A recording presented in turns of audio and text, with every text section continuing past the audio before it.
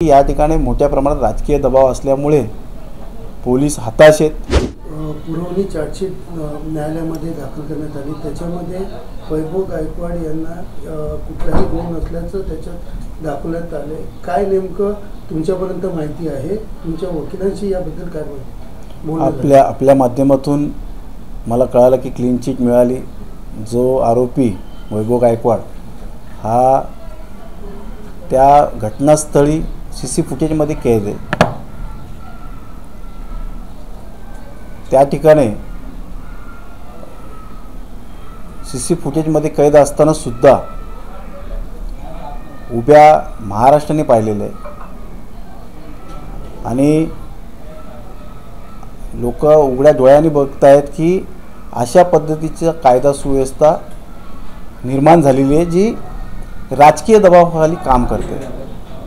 आज पोलीस प्रशासन गेल्या वर्षभरापासून मी अनेक अर्ज केले, माहितीचे अधिकार टाकले की आरोपींचे त्यांनी जे बाळगलेले पिस्तूल त्यांचे लायसन रद्द केले नाही आहेत।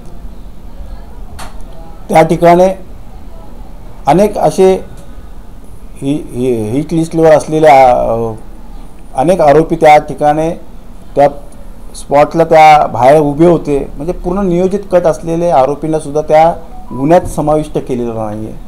आपण असं अनेक इन्सिडेंट्स बघतोय, अशा अनेक घटना बघतोय की ज्याच्यामध्ये आरोपी घटनास्थळी नसताना सुद्धा त्यांना जेलमध्ये टाकलेलं आहे। या ठिकाणी तर उभ्या महाराष्ट्राने उघड्या डोळ्याने बघितलेलं आहे की वैभव गायकवाड त्या घटनास्थळी त्या ठिकाणी सर्वप्रथम आला, त्याने गणपत गायकवाड यांना बोलवलं।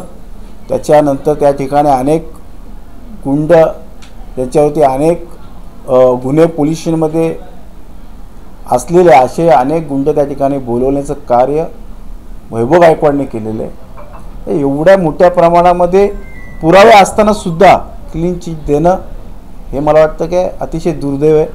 आज मला कोणत्या प्रकारचं राजकीय बळ नसल्यामुळे हे झालेलं आहे। आज जर देशमुख कुटुंब जे बीडला जी हत्याकांड झालेलं आहे त्याच्यामध्ये देशमुख कुटुंबाला कुठेतरी राजकीय बळ असल्यामुळे त्या ठिकाणी मोठ्या प्रमाणात SIT, क्राईम ब्रँच, CBI हे सगळेजण तिकडे त्यांना त्या ठिकाणी मोठ्या प्रमाणात चौकशी करून अटक केलेली आहे आणि तपास त्या ठिकाणी जोमाने चालला आहे। पण जर इकडे जर बघितलं आपण या ठिकाणी कोणत्या प्रकारचं राजकीय पाठबळ नसल्यामुळे ही परिस्थिती निर्माण झालेली आहे। तुमच्या वकिलांशी याबद्दल काय बोलणं झालंय का? चार्जशीट कधी दाखल केली आहे काय? कारण पुरवणी जबाबदारीची नोंद ठेवली, काय तुमच्या वकिलांशी बोलणं झालेलं आहे। वकिलांनी सांगितलं की आपण वरच्या कोर्टामध्ये दाद मागू या गोष्टीसाठी। पूर्णपणे त्या ठिकाणी न्यायालयाकडे आम्ही दाद मागू असं या ठिकाणी वकिलांशी बोलणं झालेलं आहे। पण मला वाटतं की या ठिकाणी मोठ्या प्रमाणात राजकीय दबाव असल्यामुळे पोलीस हताश आहेत। मी पोलिसांना दोष देत नाही आहे, कारण की ज्या अनेक अशा घटना आहेत ज्या ठिकाणी आरोपी अवेलेबल नसताना सुद्धा त्या घटनास्थळी उपस्थित नसताना सुद्धा ते जेलमध्ये आहे। या ठिकाणी तर आरोपी त्या ठिकाणी उपस्थित आहे, CC फुटेजमध्ये कैद आहे। म्हणून मला ह्या ठिकाणी राजकीय मोठ्या प्रमाणात बळ दिलेलं आहे, राजकीय दबावापोटी हे सगळं झालेलं आहे।